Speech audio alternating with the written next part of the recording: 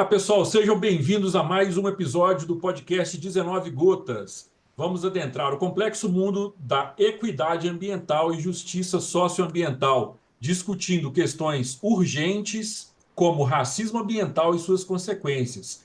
Comigo hoje, doutora Raquel Santana, que atua nas áreas de filosofia, direito, psicologia, sociologia e antropologia. Doutor Arthur Bispo, biólogo com ampla experiência e com atividades na área de educação intercultural, especialmente na formação de professores indígenas.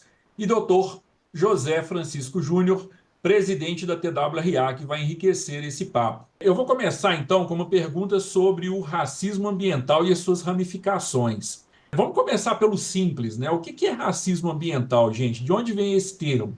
A gente pode dizer que racismo ambiental é um dos problemas presentes no Brasil que a gente tem enfrentado. Eu vou pedir para o Arthur pegar por ordem alfabética hoje, Arthur. Vou pedir para você começar falando para a gente sobre esse tema. Olá, Rodrigo.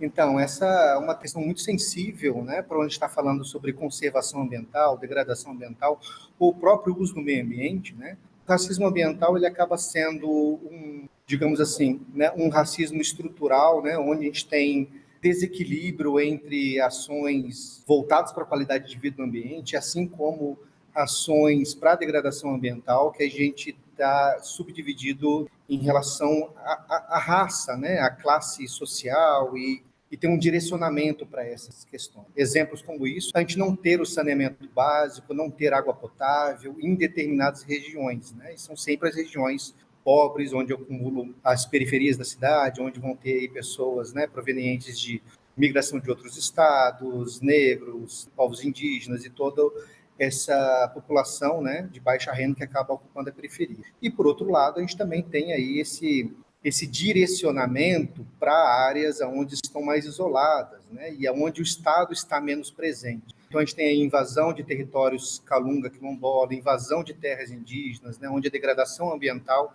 está impactando mais essas populações, onde elas teriam que ter um território preservado, mas ela acaba não conseguindo, por si só, fazer uma fiscalização, um controle, visto que as pessoas que estão ocupando esse território, aí elas têm um direcionamento aí para a sobrevivência delas, né? Então, falta um pouquinho do Estado, e como a gente vê que tem esse direcionamento de políticas públicas e de ações de gestão, a gente acaba tratando como um racismo mesmo, né? Que é um direcionamento, porque fazemos em certos lugares, em outros não.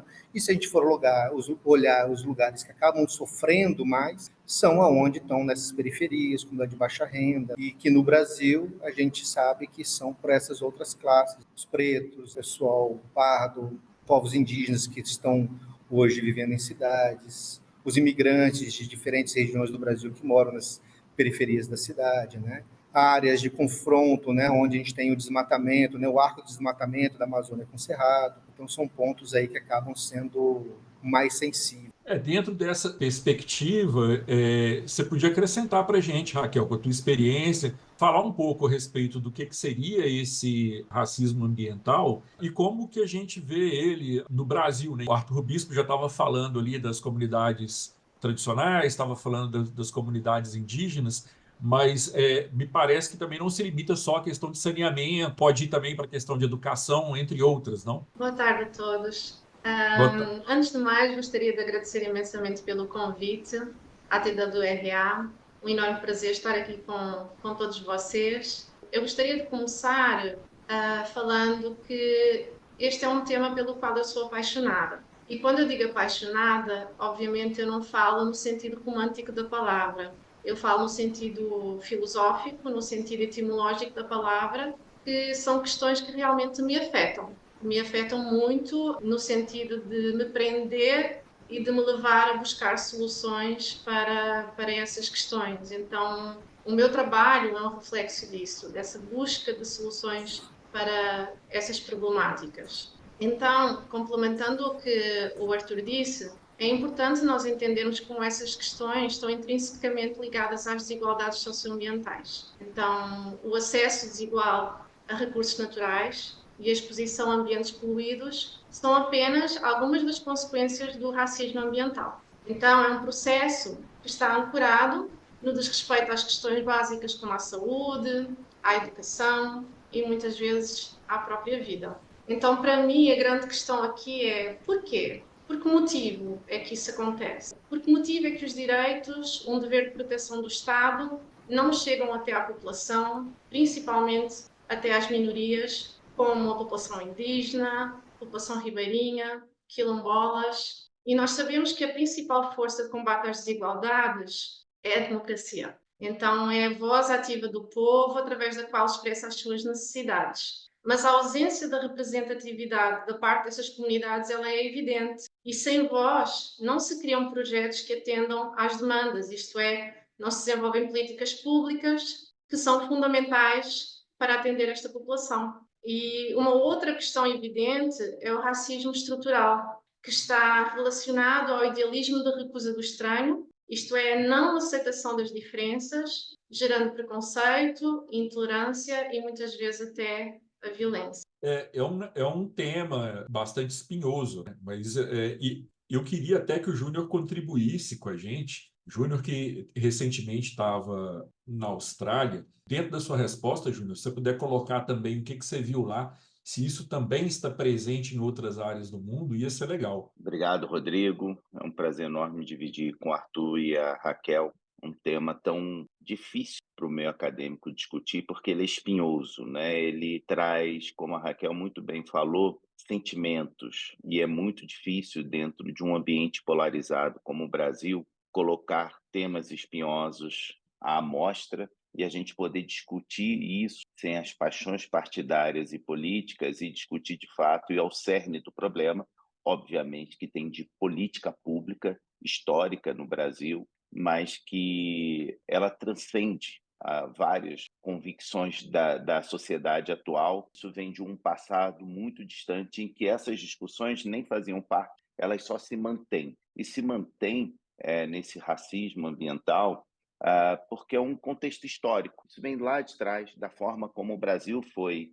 montado no seu arcabouço social, né, em que alguns dominavam um grande contingente de terra e todos trabalhavam em regime de servidão ou escravidão.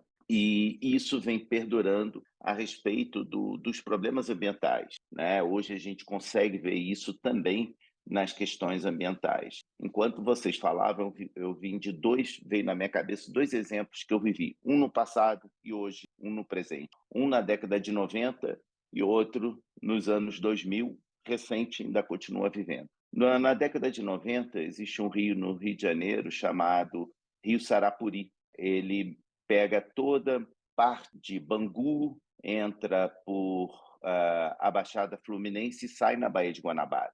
A Baía de Guanabara, todos conhecem, é um ambiente extremamente poluído, que às margens da Baía de Guanabara não ficam as pessoas mais abastardas da sociedade carioca naquela região. E por onde esse rio drenava, desde a nascente dele, perpassava comunidades pobres e áreas industriais extremamente poluidoras. Pela falta do poder público naquela região, já começava a destruir a nascente, ele passava por uma área pública, que era do Exército, onde ele ganhava uma melhoria de qualidade, até ali recebia esgotos, muitos esgotos clandestinos, muito lixo, porque não tinha coleta pública, passava por isso, dava uma melhorada, caía de novo numa comunidade e ia assim até a lagoa, a Baía de Guanabara. Então, assim, o descaso do poder público há 30 anos atrás era enorme e continua até hoje. A Baía de Guanabara continua poluída e os problemas continuam os mesmos. E estamos falando de muitos governos, sejam eles municipais, estaduais e federais. Então, não é um problema de lado político. Isso que a gente tem que deixar muito claro. É um problema que está encroado, como a Raquel falou, no cerne da sociedade. Por que nós somos assim, né? Então, isso vem da construção de uma matriz social muito forte e muito elitizada dentro do nosso país. Porque se você for nas áreas mais abastadas, isso não acontece. Vindo para o Distrito Federal, né, em 2024, existe um rio chamado Melchior. Ele, desde a nascente dele, nasce ali em Taguatinga, que é uma região intermediária da parte mais abastada do Distrito Federal, e vai para uma área menos favorecida da sociedade, e ele começa a poluir. E ali foi decidido, nesse rio, a revelia das pessoas que vivem ali, que ele teria lançamento de esgoto, teria lançamento de efluente de estação de tratamento de esgoto e teria o efluente do aterro sanitário. e de outras indústrias. E a população tem adoecido, a população tem reclamado, tem solicitado a melhoria, mas o poder público não tem a menor decisão. Por quê? Como a Raquel falou, não tem as vozes, ou essas vozes são caladas. Representantes da sociedade que aclamam por melhorias e são ameaçados. Eu mesmo tive ameaças veladas por ajudar a sociedade a entender qual era o problema deles. Então, assim, é o modus operandi que a gente vem desde a nossa época colonial, em que alguns se sentem dono e os outros apenas servos ou escravos para lidar com aquilo. Então, as pessoas não reconhecem, no total da sociedade, as suas posses, que lhes pertencem. Eles não consideram, aqueles que tomam decisão, que essas pessoas elas têm pertencimento sobre aquelas áreas e que isso deve ser, de alguma forma, ouvidas antes de tomar decisões. Então, por isso que as áreas mais degradadas desse país são áreas pobres, de setores da sociedade, de camadas da sociedade com baixa representatividade e baixo poder econômico. Então, essa é uma característica desse racismo ambiental e que as soluções devem ser emanadas por essa própria população em que ela deve ser ouvida. Então, quando a gente coloca o dedo nessa ferida, essas coisas melhoram.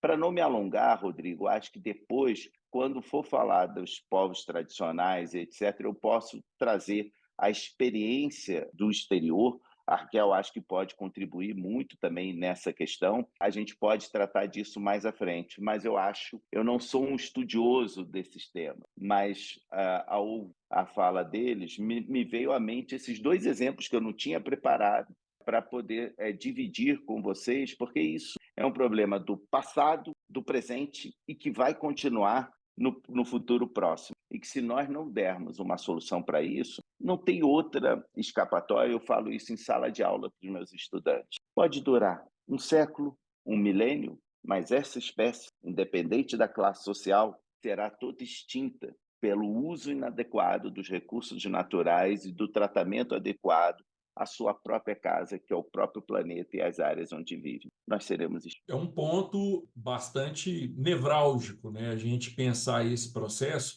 e como que a gente está dentro desse processo de forma tão implícita, porque quando a gente fala de racismo ambiental ou de qualquer tipo de racismo, também tem um fator de conivência. A gente tem realmente que reconhecer essas questões, né, e buscar, obviamente, maneiras de enfrentá-las, né? Eu acho que esse é o caminho. As metas dos Objetivos de Desenvolvimento Sustentável, propostos pela ONU, abordam questões amplas para promover o desenvolvimento sustentável em várias frentes, incluindo aspectos sociais, econômicos e ambientais. Elas buscam enfrentar aí desafios globais que são mais urgentes, como a erradicação da pobreza, trabalhar na questão da fome.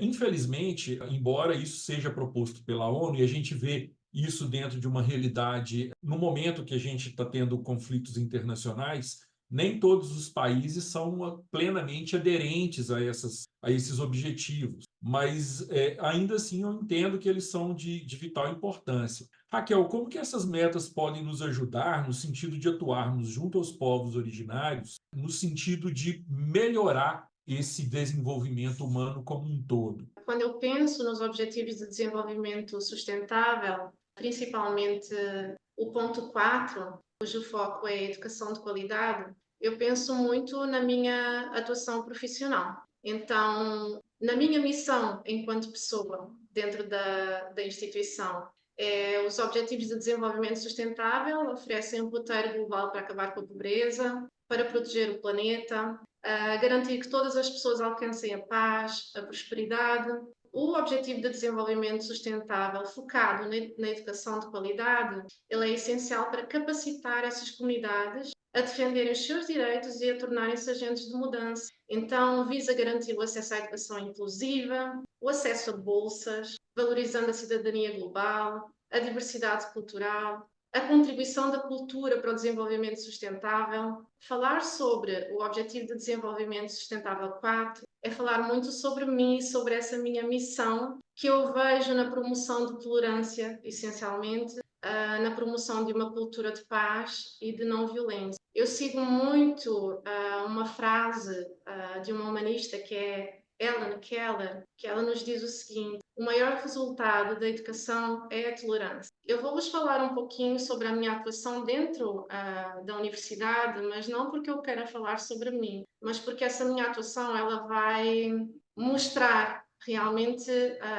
não só um nível epistemológico de conhecimento daquilo que eu faço, mas também uma dimensão ontológica daquilo que eu sou. Então, eu sou graduada em filosofia, eu fiz o meu doutoramento em filosofia em Itália, já perspectivando todo um contexto humanista, não é, do Renascimento. Então, eu fiz na Universidade de Pisa, a minha tese de doutoramento foi sobre Dante Alighieri. Atualmente eu sou professora do curso de Direito, então essas minhas preocupações em relação à justiça socioambiental, tudo que concerne os direitos não só da nossa sociedade enquanto seres humanos, mas também a subjetividade da natureza. Inclusive é uma das minhas pesquisas atualmente, ela tem um foco nesse biocentrismo, não é? nessa noção de que o ser que não é humano, ele também deve ser dotado de direitos. Eu também faço parte do Comitê de Ética em Pesquisa, inclusive eu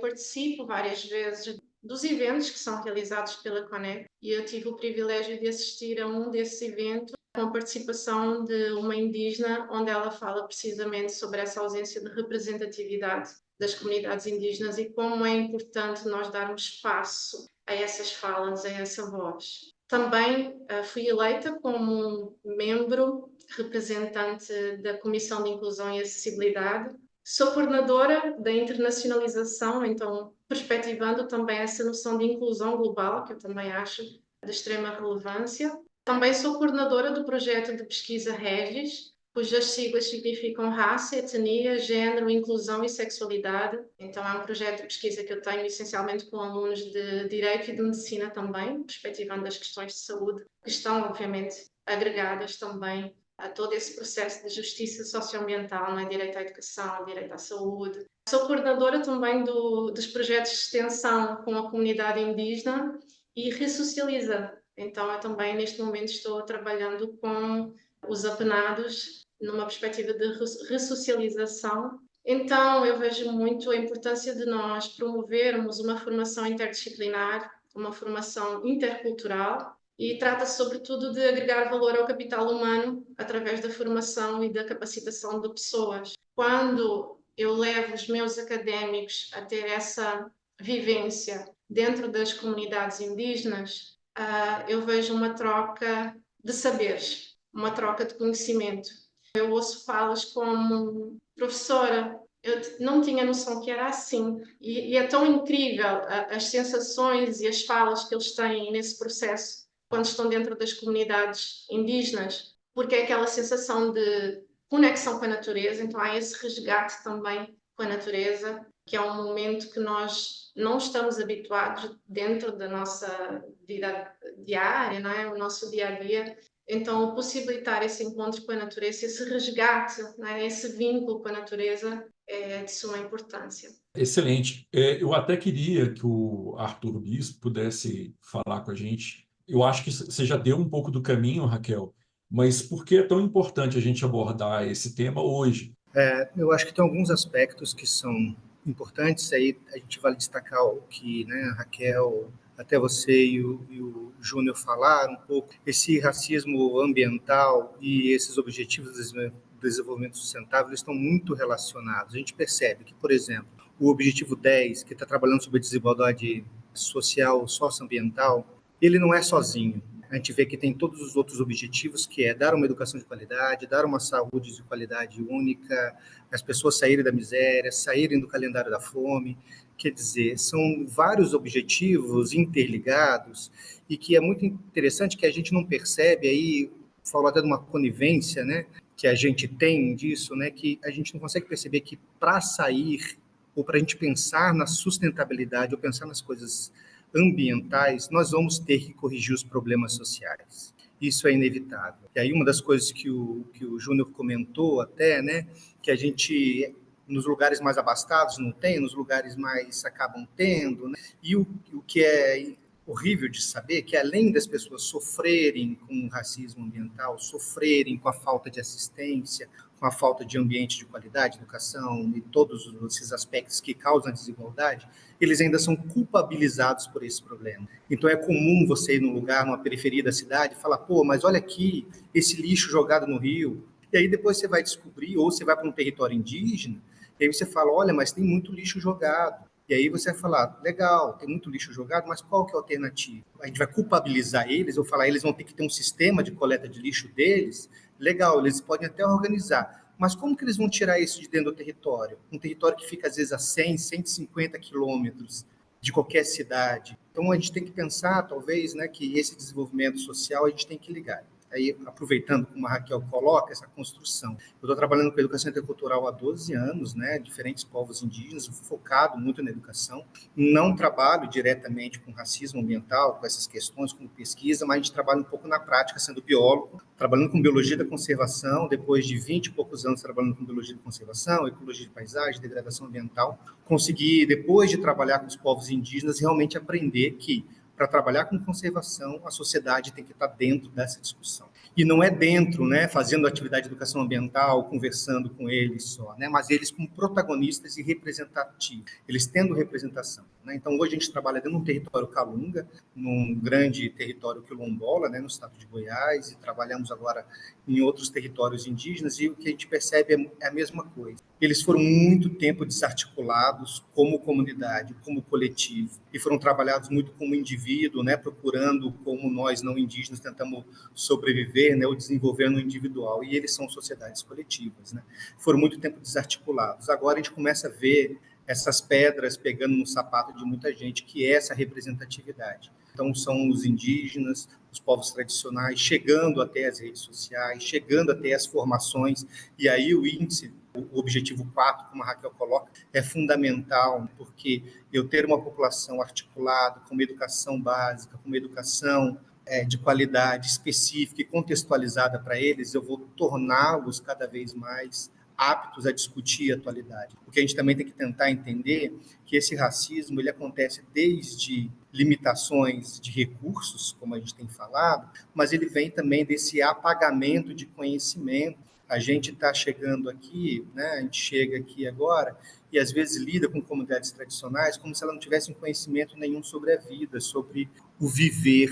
A gente tenta tratar muito como desenvolvimento, como bandeira. E a gente sabe que esse racismo ambiental, que também acontece entre países, então os países em desenvolvimento eles tentam emergir e os já desenvolvidos falam, peraí, né, se vocês fizerem isso, vai acabar com o mundo, não sejam igual a mim para eu poder, né? Senão a gente vai ter problemas muito ruins no futuro. E a gente acaba repetindo isso dentro das nossas comunidades. Ao invés da gente estar numa associação, né, resolver esses problemas de desigualdade, a gente acaba tratando da mesma maneira.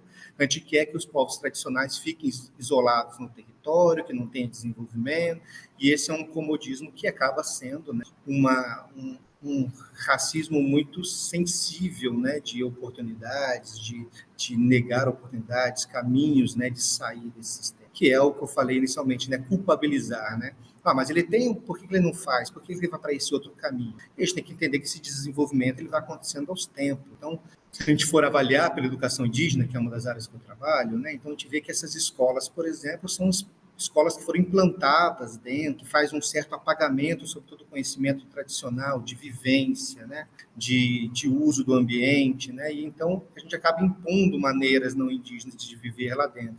Hoje a gente já tem algumas escolas, grande parte de alguns territórios já tem uma escola contextualizada, onde você consegue ter diferentes ensinamentos, os saberes, né, no não indígena, os saberes da ciência, mas também os saberes da ciência indígena, da ciência tradicional ali, que tem garantido essa sobrevivência desses povos, usando muito menos recurso do que o necessário, gastando menos recursos, sobrevivendo há mais tempo em pequenos territórios. Então, eu acho que esses objetivos do desenvolvimento sustentável é isso, trazer que a gente tem que ter um olhar, porque como o Júnior fala, a gente vai acabar, nós vamos ser extintos. Tanto faz. Ou você tem muito dinheiro e você vai para Marte, num outro caminho, ou você vai acabar como todos os outros, né? E a gente precisa, nesse momento, de talvez dar um passo atrás e entender que alguns dos saberes que foram substituídos ou negligenciados ou apagados, talvez são conhecimentos que precisam ser ressurgidos para a nossa sobrevivência, né? E a gente vê alguns exemplos que viraram bandeiras. A agroecologia. A agroecologia foi um nome que a ciência acaba buscando e adotando como um conceito que a universidade contribui, mas na verdade isso é uma roça de toco, uma roça de quilombo, como o quilombola Antônio Bispo lá dos Santos falava, né? Que o dia a dia dele já era essa agroecologia. Eles já sobreviviam nessa roça de uma maneira integrada, que fazia um controle de praga natural, onde você conseguia sobreviver naquele sistema, né? Então, a gente tem que começar a equalizar os conhecimentos, equalizar essa maneira de usar esses recursos, e a gente tentando fazer com que a gente tenha essa equidade, aí, esse equilíbrio entre os que usam muito, os que usam pouco, né? Para a gente tentar entender como que a gente consegue caminhar para isso. Então, a gente às vezes, tendo representatividade, tendo esse protagonismo, isso é uma coisa formidável de você ver na prática, né? Você vê pessoas que às vezes não falavam e no momento elas estão com um discurso aflorado. A gente vê representantes no Brasil inteiro agora acontecendo. A Ailton Krenak, a Academia Brasileira de Letras, que impacto que tem isso? Uma escrita, quantos livros, quantos caminhos, né? E agora, hoje, sendo valorizado, reconhecido, e acredito que essa entrada dele é uma valorização de todo ou outro, uma sequência. Tenho, dentro do curso de Educação Intercultural, eles assistem palestras, Ailton Krenak, Daniel Munduruku, Naine Terena, outros locutores, Davi Copenaua, né, outros locutores indígenas, nossos alunos que estão fazendo um curso de formação de professores falam, um dia eu quero ser igual a ele. Mas, na verdade, eles começam a reconhecer que eles já são, né? Eles já têm as histórias, já têm a escrita, já têm, na verdade, a oralidade muito fácil de contar tudo. Agora, eles têm que trazer para a escrita, trazer isso para uma briga mais política também, né? Hoje, deputados federais, Célia Chacriabá, hoje, diretora da FUNAI, presidente da FUNAI, Joênia Abichalma, né, uma indígena, ministra dos povos indígenas, Sônia Guajajara. Então, a gente vê pessoas que trabalhavam muito nos bastidores dessa luta, né? Hoje nós estamos vendo nesses cargos hoje que podem fazer um pouco a diferença. Muitas das pessoas conhecem as pessoas agora de 1 ano, 2 anos, porque é essa pessoa. Mas se for acompanhar a história, são histórias de luta desde 14 anos de idade, onde teve que sair da sua comunidade para ir para uma escola não indígena, porque não tinha educação indígena na escola, ela teve que se formar, né, sair dessa comunidade, assim tantos outros exemplos que a gente tem. Então, a gente sair um pouco do indivíduo, né? Claro, né, tem os indivíduos que conseguiram chegar até esse processo, mas a gente, às vezes, nem sabe o custo que foi ele fazer todo esse processo. E a gente tentar fazer com que isso seja mais natural, né? Que outras pessoas tenham. Para vocês terem ideia, hoje o nosso curso de Educação Intercultural ele tem 40 vagas por ano. O vestibular diferenciado tem cerca de 700 a 800 inscrições para entrar nessas 40 vagas. A gente tem um vestibular que é muito mais concorrido, às vezes, do que cursos tradicionais, como direito, medicina, e uma evasão escolar muito baixa. Os caras saem das comunidades, que está lá a 2.000 quilômetros de distância, vêm para cá, ficam 40 dias estudando, voltam para a comunidade. Então, a gente tem que possibilitar novas estratégias, novos caminhos, né? E cada um dentro da sua expertise, né? A gente dentro da educação, buscando essa reivindicação, né? Então, a educação escolar indígena acaba sendo muito mais forte nessa briga, e agora eles estão entendendo o papel dentro da parte do meio ambiente, né? Dos territórios, né? O efeito dos impactos, né? Tanto quanto garimpo, extração de madeira, produção de gado, né? E tentar entender muito mais essas coisas no coletivo também, para conseguir desenfrear. Mas, assim como eu falei no passado, eles precisam de um apoio, precisa da gestão, precisa do Estado estar presente e dar ferramentas para isso. Mas espero que eu tenha ajudado um pouco, né? Muito, imagina. Eu acho que é uma visão única. E deixar registrado, contando até com a anuência aqui do presidente da WRA, do Júnior, que não é por falta de vontade que houvesse participação de indígenas aqui hoje. A gente vê como o preconceito está estruturado, até pela dificuldade que nós temos de encontrar pessoas para poderem estar aqui conversando com a gente. E aí não é culpa dessas pessoas, é culpa nossa mesmo. Desculpa, Rodrigo, mas quando a gente começou até a falar, né, a gente está falando de racismo ambiental, eu falei, uai, um professor branco, né, três doutores brancos falando sobre um racismo ambiental, a gente sente falta, mas eu acho que é a nossa posição também, né? Se nós somos amigáveis, sensíveis, e a gente tem a oportunidade de falar, estamos falando, eu acho que isso é muito importante. Porque talvez as outras pessoas que também estão nessa academia, brancas com doutorado, enquanto elas não verem os seus colegas também falarem e puxarem essa sardinha, eu acho que também isso é um problema. Mas aí fica o convite, já que você mencionou, né, Rodrigo, e se o Júnior, em algum momento, nós temos alguns professores indígenas aqui super dispostos a participar. A gente tem uma associação Quilombo Calunga também, no Nordeste de Goiás, com pessoas altamente interessadas em participar nessa conversa. O que acontece é que a gente foge um pouco desse abril indígena, né? Os professores aqui, os indígenas, eles querem fugir um pouco desse abril indígena. Eles querem falar mais em outros momentos para mostrar que o indigenismo está presente no dia a dia o ano inteiro, né? Não é só hoje, no dia 19 de abril, né? Então, mas a gente agradece, a gente sabe que aqui tem espaço, que a TWRA é preocupada com isso e que a gente teria espaço em algum momento de organizar e já está aceito, né? Já está aberto o convite. Legal, Edson. Júnior. Falar depois da Raquel e do Arthur fica até fácil.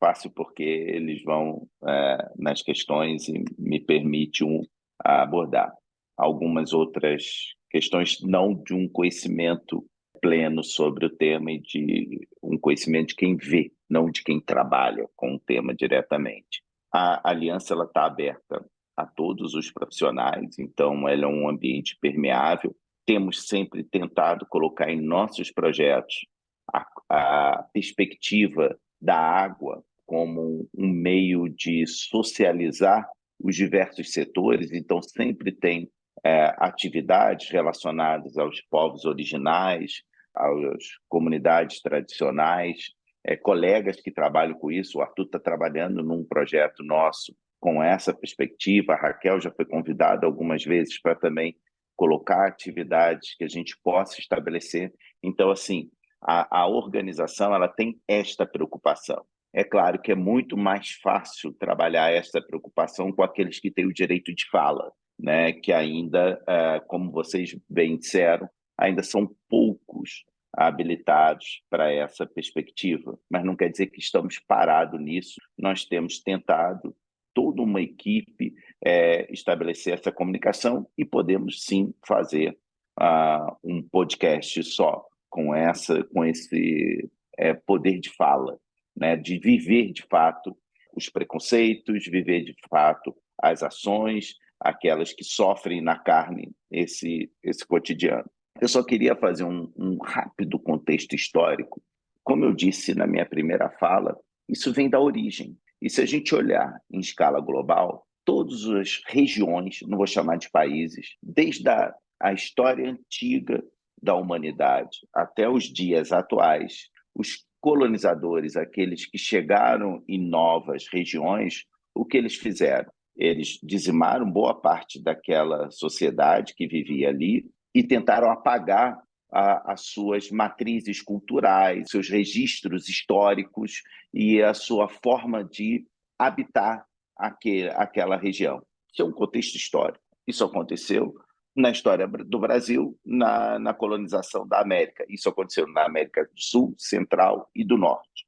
E nesse mesmo período tiveram colonizações na África e na Ásia. Os fenômenos foram os mesmos, de dizimação de povos, desaparecimento de culturas e a inserção de uma única cultura, quase que em escala global, que era a cultura europeia da época vigente, que estava ali no papel de colonizador e dominador. Diga-se de passagem, fazendo uma justiça histórica, não foram os únicos na história da humanidade, tá? Fecha parênteses. Mas é o contexto que a gente tem hoje, os reflexos que nós discutimos aqui vêm desse contexto.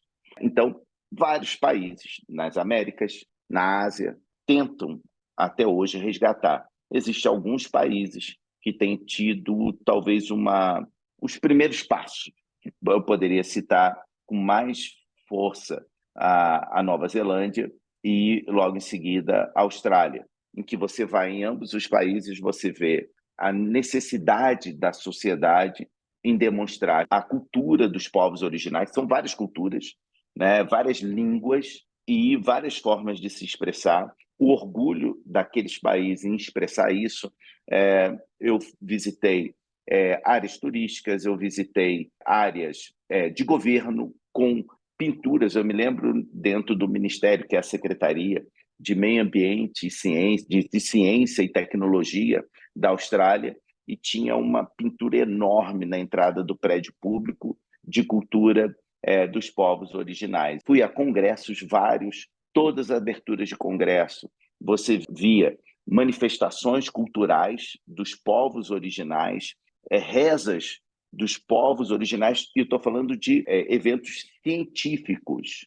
Até vi pagelanças dos povos originais da Austrália. Eram levados e disseminavam aquela cultura. Então, a tentativa de reavivar dentro da sociedade aquela cultura. Sempre que isso acontece, há a contracultura ou há o movimento inverso.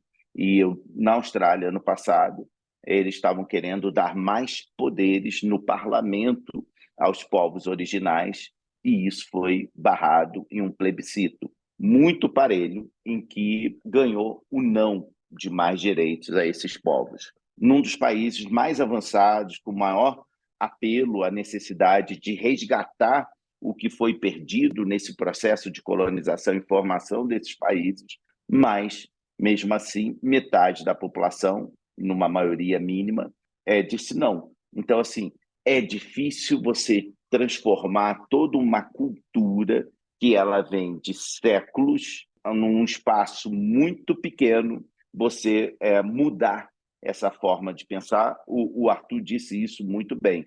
Então, esse é um processo que eles estão fazendo e que tem vitórias e derrotas, mas as derrotas devem ser entendidas para que a gente fique sempre atento de que ainda precisamos convencer mais outras parcelas da sociedade que ainda não estão convencidas desse fenômeno. E muitas vezes não estão convencidas não por uma questão de caráter, e sim uma questão de conhecimento, de saberes, de entender o que significa isso. Então, esse papel da educação, e como a Raquel mesmo falou, a plataforma que os Objetivos do Desenvolvimento Sustentável faz é colocar todo mundo na mesma página e entender quais são os seus direitos, aonde a gente deve chegar, que caminho a gente deve perseguir, respeitando as características de cada região ou de cada país, como assim quiser falar.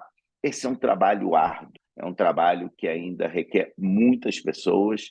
Eu vejo, como eu vi nesses países, um avanço, principalmente no meio acadêmico, mas o fato da gente já, em vários editais, em várias reuniões científicas no Brasil, e aqui mesmo, num podcast plenamente acadêmico, a gente está discutindo essas perspectivas, isso já demonstra um avanço que eu me lembro, que eu, ainda sentado na cadeira como estudante de graduação, nunca vi meus professores discutindo uma perspectiva de discutir ciência e academia com esse olhar. Então, eu já acho isso um avanço. Essa organização, ela se destina a isso, a esse debate, e um debate cuja as convicções políticas ela é irrelevante frente às necessidades coletivas. Então, é isso que tem que ficar claro, né? E é disso que a gente quer tratar dentro de debates como esse, que as pessoas possam colocar suas visões, colocar de forma desprovida de qualquer medo ou de qualquer dificuldade de falar a sua opinião, porque cada opinião é importante, mesmo aquela que esteja no lado oposto. Ela permite a gente pensar, refletir e entender como o problema pode ser solucionado, em que todos se citam parte da solução desse problema. E a parte da solução desse problema tem que atender o maior contingente da população. Aqui é que está o problema. As soluções nunca atingem a maior parte. Ela atinge a uma pequena parte, a um pequeno interesse econômico. E é isso que a gente tem que mudar, essa engrenagem, e entendermos que, quando todos estiverem atingidos, nós teremos uma sociedade feliz. Por isso que o desenvolvimento, os ODS falam sobre essas questões: paz, educação, desenvolvimento social, porque ele requer felicidade, ele requer prazer, ele requer que todos se sintam contemplados nessas soluções. Porque se isso não acontecer, não tem a solução que tanto almejamos. Então, é disso que se trata, é disso que nós estamos discutindo aqui, e é um prazer poder dividir com os colegas e com você, Rodrigo, esse momento, porque eu acho que é uma iniciativa rara ainda e que a gente precisa colocar nos nossos arcabouços legais aspectos como eventos terem que mencionarem aspectos sociais e culturais tradicionais do nosso país, para que a cada situação as pessoas entendam, busquem informações. Quantas palavras no idioma português têm origem indígena e a gente fala e não sabe nem o significado delas? Eu falo por mim mesmo. Isso mostra que a gente precisa voltar a esse passado, entender como esses povos lidavam com o meio ambiente, aí voltando ao tema central, lidavam com o meio ambiente e que talvez ali não tivesse a solução, mas tivesse pelo menos o apontamento do caminho que a gente deverá seguir. E eu sempre falo para os meus alunos, e devolvendo a palavra para você, você está disposto a abrir mão do seu modo de vida? E eles me olham, pasmos, nunca me respondem, porque é impactante isso, mas a gente tem que entender que para solucionar o problema ambiental global, a gente vai precisar mudar o nosso hábito de vida. E isso é uma tarefa extremamente difícil. Talvez nesses povos tenham os caminhos, tenham as indicações, esteja a senha para essa nova sociedade que precisamos construir. É uma coisa muito complexa a gente falar sobre evolução tecnológica e humanidade, porque muitas vezes a gente perde essa noção. Vou dar um exemplo aqui das turmas para quem eu já lecionei. Uma coisa que eventualmente eu conversava com eles é que hoje a gente tem mais. A gente é mais rico do que o Luís XV, rei da França, lá na Renascença, jamais foi. A verdade é essa. Vamos começar dizendo que a gente dá descarga com água potável, né? A gente pega água potável e joga pelo vaso para dar destinação aos nossos dejetos. Dor e infecção naquela época eram sinônimos de morte certa, né? Não tinha antibiótico, a gente não tinha analgésico, não tinha absolutamente nada disso. Nós temos uma quantidade de roupas também que ela é absurda, né? Equipamentos que o rei da França da Renascença jamais pensou em ter. Eu estou falando de rádio, TV, eu estou falando de celular. A gente está falando de um avanço tecnológico absurdo. A gente está falando aqui de vacinas, a gente está falando de uma série de coisas que, na humanidade, isso tem avançado de forma muito significativa. E nós colhemos todos esses bônus desses avanços tecnológicos. Mas a verdade é que nem todo mundo colhe esses bônus e muitas pessoas elas pagam o ônus desse desenvolvimento. O Júnior falou muito bem, né, que a gente está num processo em que o interesse de poucos, às vezes, é visto em detrimento de muitos, e isso é um fato quando a gente pensa nesse ponto. Como será que a gente poderia promover, então, uma abordagem mais justa e inclusiva em relação ao meio ambiente para todos, mas também trazendo a inclusão desses povos originários, trazendo eles para esse bônus? E, melhor ainda, foi até o Arthur que falou, né?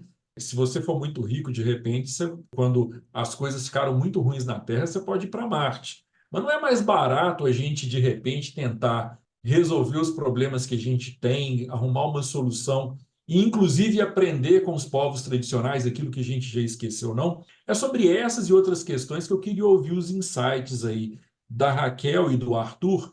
Raquel, conta para a gente o que você imagina desse momento que a gente vive e como que a gente pode aprender com todas essas questões. Bom, Rodrigo, eu acho que o mais importante para uma sociedade mais justa e inclusiva é nós envolvermos efetivamente essas comunidades nos processos de tomada de decisão. Então, eu acho que começa muito por aí. E eu gostei muito da fala do Júnior quando ele resgatou o conceito de história e de ambiente. Quando nós pensamos na questão histórica, nós estamos a falar de todo um processo de vivências, de luta, e que é muito dolorido. É algo que realmente nos dói pensar sobre tudo o que aconteceu na história da nossa humanidade. E lembrar que a relação histórica com o ambiente ela é fundamental para a estrutura e identidade dos indivíduos. Então, as memórias de infância, brincar nos rios, nas cachoeiras, pescar, ouvir os pássaros, as corujas. Então, eu coloco muito, de forma empática, naquele ancião que vivenciou toda essa história de perdas, de ter que muitas vezes ser empurrado à força para um outro território, perdendo toda essa vinculação. Eu acho importante nós pensarmos na preservação de um património material, mas também de um património imaterial. Então, são as terras, é essa relação com o ambiente, mas também são todos os conhecimentos, é toda a sabedoria que está ali envolvida nesse processo. Então, por exemplo, o não poder estar mais em contacto com esses lugares que estruturaram a sua própria identidade, olhar os seus filhos ou os seus netos que de repente estão saindo das comunidades e que estão a perder todo o acesso a essas tradições, eu vejo assim como um processo realmente muito, muito doloroso. E nós podemos pensar, por exemplo, em coisas simples como ouvir o canto de uma coruja. Então, por exemplo, nesta comunidade à qual nós fazemos visitas, não é? Então é uma comunidade que está mais perto aqui do nosso projeto. O ouvir as corujas tem um significado profundo, que não é só ouvir um pássaro. Então há toda uma comunicação de ancestralidade ali presente. Então pensarmos nessa ruptura forçada que traz todo o sentido da existência daquele ser, nós não estamos só a falar de retirar algo material daquela pessoa, nós estamos a falar de retirar algo que é essencial, não é? Que caracteriza aquela pessoa. Então, eu vejo muito a importância que é de nós protegermos isso, não é? Esse papel de proteger tanto o património material como o património imaterial. Esse é um ponto, né, de proteção também dos significados de tudo aquilo que eles vivem. Própria língua. Eu li uma vez que determinados povos, eles, na língua deles, o que é passado está à frente, porque eles conseguem ver e falar sobre aquilo, e o que é futuro está atrás. E isso vem da construção linguística. E eu fico imaginando o que uma visão de mundo tão peculiar poderia nos acrescentar, por exemplo, no estudo de física ou em outros processos também, e que são coisas que se perdem. Arthur, por favor. Oi, Rodrigo. Bom ouvir a Raquel falar por primeiro, né? Então, sempre que puder, né? A gente sempre prefere ficar depois escutando, né? Pelo conhecimento todo prático e técnico que ela tem ali, né? E que tem falado falas muito fortes, muito interessantes, né? E que eu também gostaria de aproveitar nesse caminho dela, que é o resgatar. Eu acho que o caminho é sempre muito complexo, né? E a gente, como biólogo, sempre vai falar depende, vai para isso, vai para aquilo. Mas eu acho que um dos pontos, a educação ainda é uma coisa que é importante, né? O conhecimento. E aí você coloca, por exemplo, nós estamos muito ricos hoje, comparando com o passado. Eu já vejo dois caminhos diferentes, né? Nós estamos muito mais pobres porque nós não temos apego a nada e a gente tem uma facilidade de informação muito fácil. Então você pega seu celular, você consegue descobrir qualquer coisa ou visitar qualquer lugar no mundo, mas as pessoas não estão interessadas em fazer isso, elas fazem o que é outros pontos. Então você busca aí coloca um buscador de informação e você consegue saber qualquer coisa, fato histórico, mas você não consegue fazer muito. E aí eu vejo como essa criação, né, de colonização, até que o Júnior fala, para você ver, né, como que eu vou ter uma valorização da água, até usar o seu exemplo, como que eu vou ter uma valorização da água, os grandes centros, as pessoas vão saber que nós temos problema com a água, sendo que toda vez que ela abre a torneira, a água sai. Toda vez que ela aperta a descarga, a água vai levar os dejetos dela embora. A gente não valorizou ainda, a gente não conseguiu quantificar o quanto é rico aquela descarga que você aperta e desce 4, 5 litros de água, o quanto que isso custa, porque a taxa é muito barata sobre a água, né? Então, a gente tem até quando eu vou para os territórios, e aí os nossos colegas professores indígenas vêm para a cidade, uma das coisas que eles acham engraçado, eles falam, engraçado vocês não indígenas, vocês colocam um banheiro dentro do lugar que vocês dormem, cara. Então a gente tem essa inversão, né? Porque a gente acha que uma casa é legal, uma casa que tem suíte, que eu tenho meu quarto, meu banheiro ali do lado, e eu não preciso andar muito para ir atrás dela. E quando a gente vai para uma comunidade indígena, a gente vê que é opcional, até pela questão de higiene, né? Pô, eu vou fazer minhas necessidades no lugar que eu durmo, e a gente sabe o impacto disso, né? Você aperta a descarga, aquilo se espalha em todo lugar. Será que é por isso que hoje a gente tem muito mais infecção generalizada em vários outros lugares? Tudo bem, a gente trata, né? A gente vai no médico com a virose, um remédio potente resolve, mas até quando que a gente vai conseguir ficar acumulando essas diferentes viroses? Então você fala, não, o cara é pobre porque ele tem um banheiro afastado, mas será que ele é pobre ou será que ele conseguiu entender que o que ele tem é rico e por isso ele preserva? Ele faz os dejetos num lugar seco, onde não vai poluir a água que ele usa para o consumo, que é vital, né? Ele precisou escolher aquele lugar. Ou ele, ou o avô dele, o antepassado dele, escolheu aquilo. É próximo de um rio, próximo da água, porque ali eu consigo manter a minha sociedade. A gente não. A gente coloca a casa onde a gente quiser, a água vai chegar pelo cano. Então as pessoas acabam tendo como um recurso muito fácil, recursos às vezes são muito fáceis, as pessoas acabam desvalorizando eles e não conseguem dimensionar a importância. E a gente vivendo num país tropical, onde a gente tem uma mega diversidade, onde a gente consegue ver água nos grandes rios, a gente consegue ter cachoeiras e um monte de coisa, a gente demora muito mais tempo para conseguir valorizar o que a gente está perdendo, porque ele não é muito palpável essa perda. Você vê, as pessoas que estão no dia a dia, você começa a conversar com as pessoas no dia a dia e elas falam, porque o canarinho já não para mais aqui para comer no meu terreiro, né? Porque eu já não estou vendo mais arara andar na cidade. Mas para as pessoas que hoje não têm uma conexão, como a Raquel coloca, que não teve essa criação, essa conexão, essa intimidade com o ambiente natural, ela só cresceu no ambiente artificial, às vezes ela não percebe. Ela vai perceber, mal e mal, ela vai perceber que a chuva está numa época diferente, que está mais calor.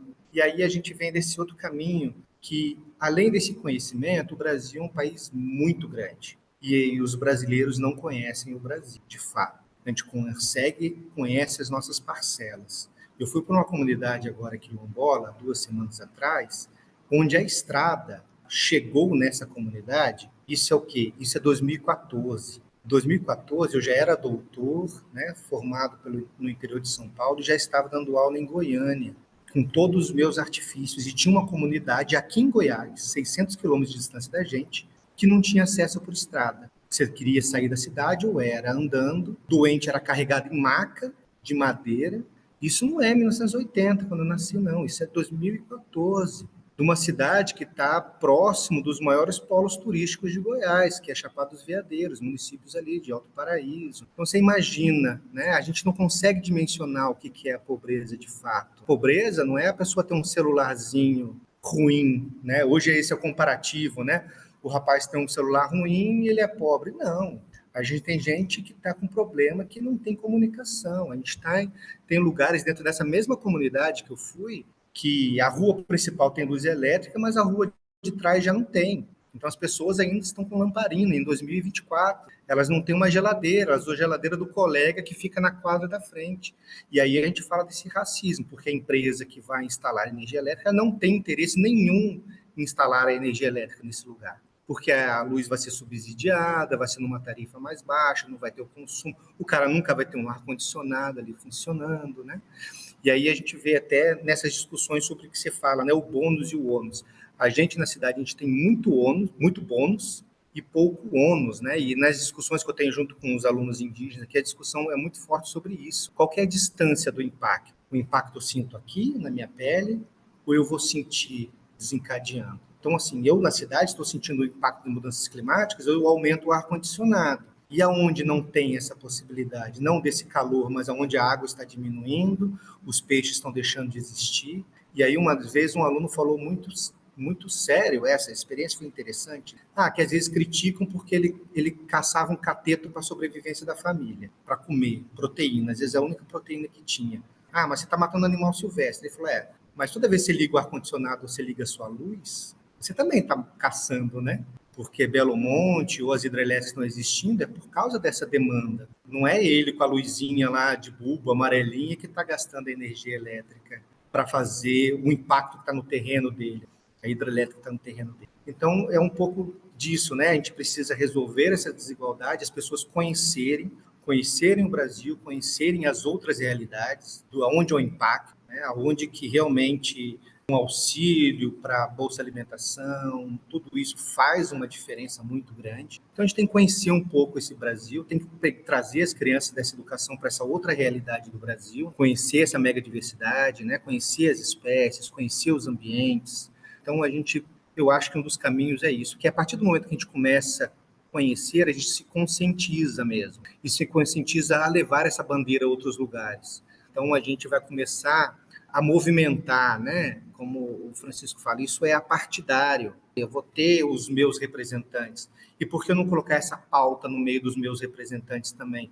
Não só pautas que interessam a mim localmente, mas pautas um pouco mais direcionadas. Porque é isso, né? Eu estou no Goiás, eu não estou muito preocupado se o mar está crescendo. Até o mar crescer e chegar aqui em Goiás, não tem muito problema. Mas e aí, é assim mesmo que a gente vai lidar? Eu acho que não cabe mais egoísmo, né? A gente tem que ter consciência coletiva das nossas próximas ações. E isso é um aspecto importante, não para a gente só como, né, em diferentes parcelas, né? Não esperar que os representantes da coletividade façam, mas que a gente consiga se articular por essas causas, entrar nessa força, compartilhar hoje esses conhecimentos, como o Júnior falou também, né, que às vezes o conhecimento não chega, mas se até então você não sabia, mas agora você começou a saber, sua atitude tem que mudar. Então a gente tem isso que está muito histórico no nosso, está muito impregnado na gente, nas formas de criação e tudo mais. Aí vem o machismo, né? Vem esse racismo e tudo isso, né?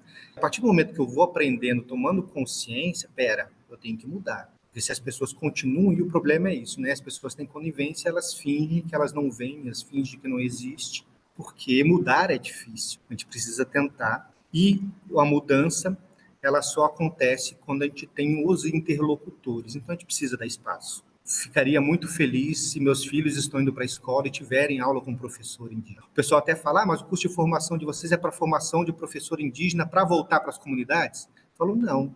É um curso de formação de professor indígena para ele dar aula aonde ele quiser dar aula. Se ele tem vontade de voltar para a sua comunidade, continuar lá o seu projeto de vida, ótimo. Mas se ele estiver na cidade, ele quiser dar aula na cidade, eu acho tão importante quanto, né? Porque ele vai ser um educador, as pessoas vão vendo ele numa posição diferente, né? Os pais vão ter um contato com ele de uma maneira diferente, como responsável pelos seus filhos, pelo conhecimento que está trazendo. Então, eu acho que é um pouco isso que a gente consegue fazer, né? Porque o sistema é complexo, nós precisamos de muitos atores. E a gente tem que pensar, né, como que cada um consegue trabalhar dentro desse cenário aí e fazer esses aspectos funcionar. Júlio, vou passar a palavra para você diante de falas tão poderosas. Eu não consigo nem chegar perto. Tanto o Arthur quanto você comentaram a questão de ir para Marte. Parece até uma brincadeira, uma metáfora, mas isso de fato está em plena marcha, e o que é extremamente conflitante. Você vê bilionários investindo em empresas privadas para poder fazer um desenvolvimento de tecnologia para explorar o espaço. Isso não é pela exploração pura e simples. Tem dois aspectos importantes. O primeiro, sobrevivência individual, né, da espécie. É aquele sentimento de perpetuar sua própria vida por algum motivo, né? A esperança que essas pessoas têm dentro do seu egoísmo materialista. Eu não vou entrar mais, porque aí iríamos a uma distância muito longa e não é o objeto. Mas esse é o primeiro fato. Então, essas pessoas sabem que em algum momento eles têm conhecimento e informação suficiente para saber que em algum momento este planeta ele entrará em colapso. E que, se eles estiverem aqui no momento do colapso, eles vão morrer como qualquer outro indivíduo desse planeta. Primeiro ponto. Então, eles querem dar a si e aos seus descendentes, a parentes afetuosos ou amigos afetuosos, aqueles que têm laços afetuosos, dar a oportunidade de fazer um jump, um pulo para um outro lugar. Primeiro conceito que está por trás disso, e é muito simples. A gente não quer aceitar isso, mas essa é uma verdade. E o segundo é, caso solucione o problema aqui na minha casa e eu não precise mudar de casa, eu posso ganhar mais um dinheirinho lá fora. Então, explorar alguma região do sistema solar, que possa oferecer recursos minerais, que aqui estão se exaurindo. Então, é o segundo motivo. Então, não tem um sentimento de despertar o desenvolvimento tecnológico para distribuir isso entre toda a humanidade. Não, não é isso que está por trás. E o engraçado é que essas pessoas são capazes de gastar bilhões e governos associados a eles gastarem bilhões e não gastarem milhões para tentar solucionar o problema local, regional. Não é caro. Você pega quanto o Brasil vai dar para ciência? Alguns bilhões, nem 10 bilhões. Mas quanto é que ele gastaria para isso? Quantos bilhões ele gasta dando dinheiro para a estação internacional? Quantos bilhões os americanos, os russos, os chineses, os japoneses e os europeus gastam para fazer esse desenvolvimento? E por que na hora de dar para a ciência desenvolver, encontrar soluções para os problemas que nós temos aqui, não, é muito caro, temos que fazer mais barato? Aonde está a lógica disso? Não faz o menor sentido nada disso, a não ser do próprio interesse, do egoísmo humano. É disso que a gente fala desde o início desse podcast. O que nós estamos tratando é em como a humanidade vai solucionar que os interesses coletivos sobreponham os interesses individuais. Porque hoje, o que a gente vê na construção da nossa sociedade é que os interesses individuais sobreponham os interesses coletivos. Por que eu não posso falar o que eu quiser na internet, já que eu tenho um direito de fala, um direito individual de me expressar? Mas isso não quer dizer que você possa ofender um outro, difamar um outro a toda que tem direito pelo seu simples interesse em expressar a sua opinião. Mas é porque os interesses individuais eles têm que sobrepor os coletivos. É disso que a gente trata. Não estamos falando de novo, e faço questão de sublinhar isso, de partidos políticos, de correntes políticas, de nada. É o interesse do indivíduo sendo o centro do universo. Isso vem lá de trás da construção da sociedade que nós temos hoje, né? O homem como centro do universo. Ele não entende que ele é mais um grão de areia dentro desse universo e que, se nós trabalharmos coletivamente, a luz do planeta Terra pode ser observada em outro lugar. A luz térmica que a nossa pele emite, ninguém vê.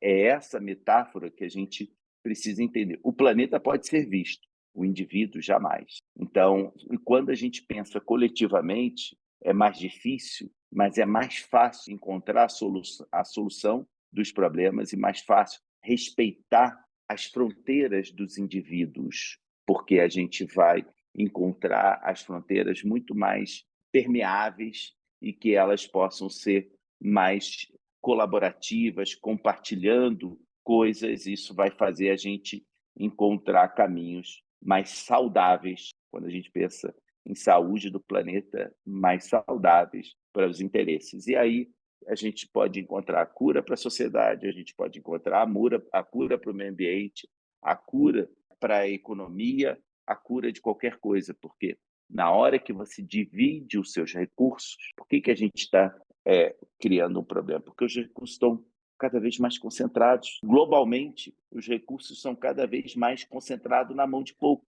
Os bilionários nesse planeta Terra, que detêm mais de 50% de toda a riqueza do planeta, não representam nem 1% do total da população global, sabe? É disso que a gente está tratando. E esses povos, o racismo ambiental, os problemas ambientais, os povos originais, as primeiras nações, os povos tradicionais, esses são os mais afetados por esse egoísmo. Para devolver a palavra para você, Rodrigo, é importante que todos nós tenhamos em mente que, independente do grau de influência que isso tudo tem ocasionado, cada um de nós, em um grau maior ou menor, está sob esse efeito, e quando um efeito mais dramático chegar, todos nós estaremos sob o mesmo efeito. Então, de alguma forma, no tempo futuro, não sou Nostradamus ou qualquer outro profeta para prever quando isso vai acontecer, e nem temos dados suficientemente claros na ciência que possa prever isso com uma certa exatidão. Nós não saberemos quando isso vai acontecer. A gente sabe que está à marcha de acontecer, a gente sabe que aos poucos está acontecendo, mas isso é irrelevante nesse momento e saber quando. O que a gente tem que discutir é possível reverter? E se sim, como vamos reverter? E eu acho que parte do debate que deve ser feito, a gente deveria discutir isso pelos fatos como eles acontecem, como eles são por si só. Eu acho que essa é a grande questão de pano de fundo que a gente trabalhou aqui nesse podcast hoje. Olha, eu tenho que agradecer muito a vocês. Obrigado, Raquel. Obrigado, Arthur. Obrigado, Ju. Eu estou realmente boquiaberto é a palavra. Foram conversas muito poderosas hoje, muito transformadoras. Raquel, você tem mais alguma mensagem para passar para o nosso ouvinte, Raquel? Bom, gostaria de dizer que a verdadeira felicidade é partilhada como uma humanidade, buscando o bem viver da nação e de todos os seres, não só humanos. Perfeito. Sensacional. Arthur. Queria agradecer, Rodrigo, Raquel e Júnior, pela poder participar dessa conversa com vocês. Foi ótimo, vários aprendizados e a gente poder ter espaço para falar algumas coisas que a gente guarda para dentro da universidade, da sala de aula, é muito bom. E aí a ideia é justamente, eu acho que não tem como fugir muito das sábias palavras aí da Raquel, né? Que eu acho que é essa solidariedade, né, conviver em coletividade, entender um pouco, ser mais empático com as diferenças, principalmente, e tentar unir esses pontos de sociais, ambientais, que são talvez a solução dessa equidade para a gente conseguir sair desses problemas tão bem alertado pelo Júnior aí, né, mostrando que está vindo. Se eu acabo sendo um pouco mais pessimista, viu, Júnior? Eu acho que já está aí, a gente já está remando contra a maré, né? Mas dá jeito ainda, né? É isso aí. Obrigado, gente. A gente que agradece. Júnior. Assim, eu acho que o que eu podia contribuir, eu fiz. Eu acho que meus colegas, eles são especialistas no tema, trabalham com isso. Admiro os colegas todos que têm essa vocação como uma missão. Então, você poder transformar uma sociedade. A profissão de professor é uma profissão de extrema responsabilidade para qualquer sociedade. As sociedades seguintes, elas só conseguirão manter a sua evolução e a transcrição e a evolução que elas precisam ter a partir dos conhecimentos compartilhados desses que são chamados professores. Eles formam os novos cidadãos, não só no caráter, na consciência, mas também no conhecimento técnico das suas especialidades. Por mais convicção que um professor tenha, e temos muitos de esquerda e de direita e de centro, são correntes políticas diversas, e aí é um gradiente de entendimento de políticas, ela jamais é voltada para o mal dos seus alunos. Eu acho que a profissão que nos orgulha, a nós três, a nós quatro, e por que não dizer todos os 6 que estão nessa sala e a todos que vão ver e ouvir esse podcast, é uma profissão de orgulho, mas é muito mais do que isso, é uma missão para que a gente construa uma sociedade melhor a partir da educação. E essa educação tem que levar sempre em conta aspectos culturais aonde ela é transmitida, e isso não pode ser esquecido. Então, ela é uma missão de conhecimento, mas também de compartilhamento de experiências e culturas que cada um carrega dentro de uma sala de aula, e que isso é que permite com que as sociedades elas se entendam como elas são, entendam quais são as suas virtudes e aquilo que precisa melhorar para que elas possam evoluir. Caso contrário, nós não temos evolução. E esse teste, esse debate, essa discussão é sempre muito rica dentro das salas de aula, nos seus vários níveis de formação. A educação é um poder transformador. E eu acho que é isso, e é por isso também que está nos ODS, que a gente precisa entender, multiplicar, valorizar e valorar a todos os professores. E deixo aqui, para finalizar e te devolvendo a palavra, para não me estender mais, eu acho que todos os professores deveriam ter o mesmo salário, desde a pré-escola à universidade. As diferenças elas vão em função das atividades que cada um exerce e, obviamente, das titulações e das especializações, mas o salário básico mesmo. Eu acho que é isso que os diversos associações corporativas deveriam discutir. né, entre discutir aumentos salariais e etc., eu acho que a gente deveria discutir um piso único para todos os professores, porque a profissão é uma só. E aí a gente poderia, no Brasil, começar a discutir, de fato, uma educação igual para todos. Obrigado, Júnior. Obrigado a todos vocês. Obrigado aos ouvintes do 19 Gotas. Terminando mais um programa com muita informação, com muita coisa interessante, com muita cultura e que nos permite reavaliar o caminho que a gente está seguindo. Muito obrigado pela audiência. Hoje, dia 19, seja um dia de lembrança e de luta pela igualdade dos direitos para os povos indígenas. A gente tem um momento aqui que é de lembrança, de luta, não é simplesmente uma comemoração. Obrigado a todos e até mais.